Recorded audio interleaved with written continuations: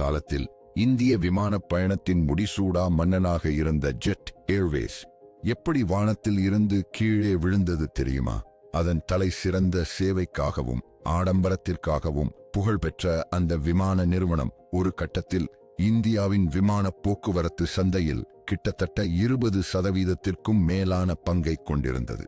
கற்பனை செய்து பாருங்கள், ஒரு விமான நிறுவனம், அதுவும் இந்தியாவில், இவ்வளவு பெரிய சந்தை பங்கை கொண்டிருக்கிறது என்றால் அது எவ்வளவு சக்தி வாய்ந்ததாக இருந்திருக்க வேண்டும். ஆனால் காலப்போக்கில் அதிகரித்த கடன் சுமைகள், நிதி நிர்வாகத்தில் ஏற்பட்ட குளறுபடிகள் மற்றும் கடும் போட்டியின் காரணமாக ஜெட் ஏர்வேஸ் பெரும் நிதி நெருக்கடியில் சிக்கியது. பல்லாயிரக்கணக்கான ஊழியர்களின் சம்பளம் நிலுவையில் நின்றது. விமானங்களுக்கு எரிபொருள் நிரப்பக்கூட பணம் இல்லாத நிலை ஏற்பட்டது. கிட்டத்தட்ட 20,000க்கும் மேற்பட்ட ஊழியர்கள் தங்கள் வாழ்வாதாரத்தை இழந்தனர்.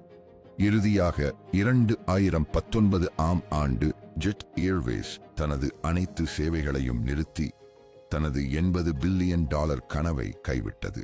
இது ஒரு தொழில் சாம்ராஜ்யம் எப்படி நொறுங்க முடியும் என்பதற்கு ஒரு எடுத்துக்காட்டு. இது ஒரு பாடம். ஒரு தொழில் எவ்வளவு பெரியதாக இருந்தாலும் அடிப்படை நிதி நிர்வாகம் மற்றும் தகுந்த மூலோபாய திட்டமிடல் இல்லை என்றால் அது வீழ்ச்சியடையக்கூடும் என்பதை நினைவூட்டுகிறது. இந்த ஜெட் ஏர்வேஸ் கதையில் உங்களுக்கு மிகவும் பிடித்த பகுதி எது? இது போன்ற மேலும் பல வியாபார வெற்றி கதைகளையும் தோல்வி கதைகளையும் தெரிந்து கொள்ள தி ஃபவுண்டர் ஃபைல்ஸ் தமிழ் பக்கத்தை சப்ஸ்கிரைப் செய்யுங்கள்.